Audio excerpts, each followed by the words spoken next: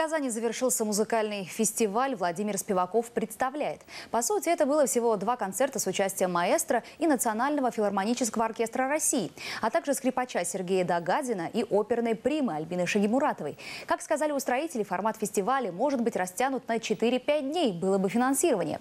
В Казани двухдневный вояж именитых мастеров сцены прошел при поддержке Рустама Минниханова. Подробнее в материале нашего культурного обозревателя Дмитрия Пивоварова.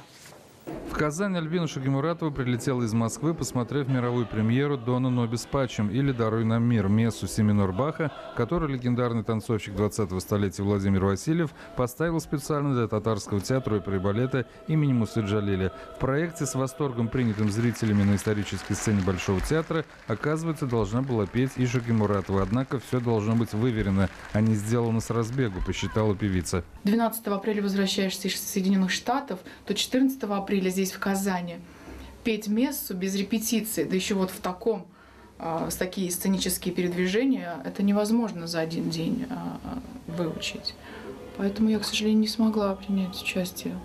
Мне кажется, нужно эту постановку на золотую маску выдвигать.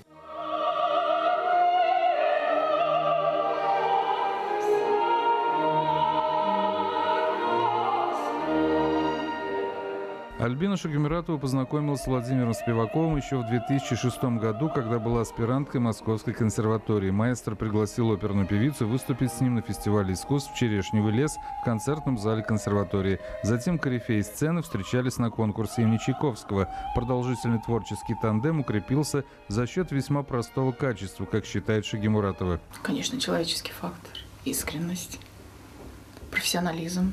Владимир Спиваков словно ожил, находясь на одной сцене с нашей землячкой. Накануне маэстро неважно себя чувствовал и отгородился от общения с прессой. На второй день концерта звучали арии из опер Беллини, Доницетти, Гуно, Сен-Санса, Масне, Мейербера. Арии известные и те, какие никто еще и не слышал. Ария Моцарта из оперы «Король-пастух». Эта опера никогда не ставилась, к сожалению. И она редко исполняема. И эта ария Аминты в сопровождении соло-скрипки, которую будет играть маэстро, тоже очень редко звучит в России.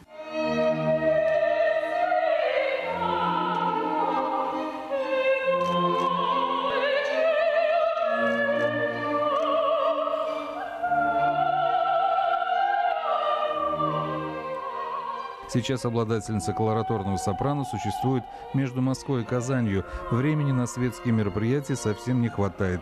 Да и нужны ли ей эти мероприятия? Но у меня нет времени на тусовки, поскольку я только недавно родила 5-месячный ребенок, который забирает все мое время. Поэтому мне не хватает времени на тусовки. Дмитрий Пивоваров, Роман Фенин, телеканал «Эфир».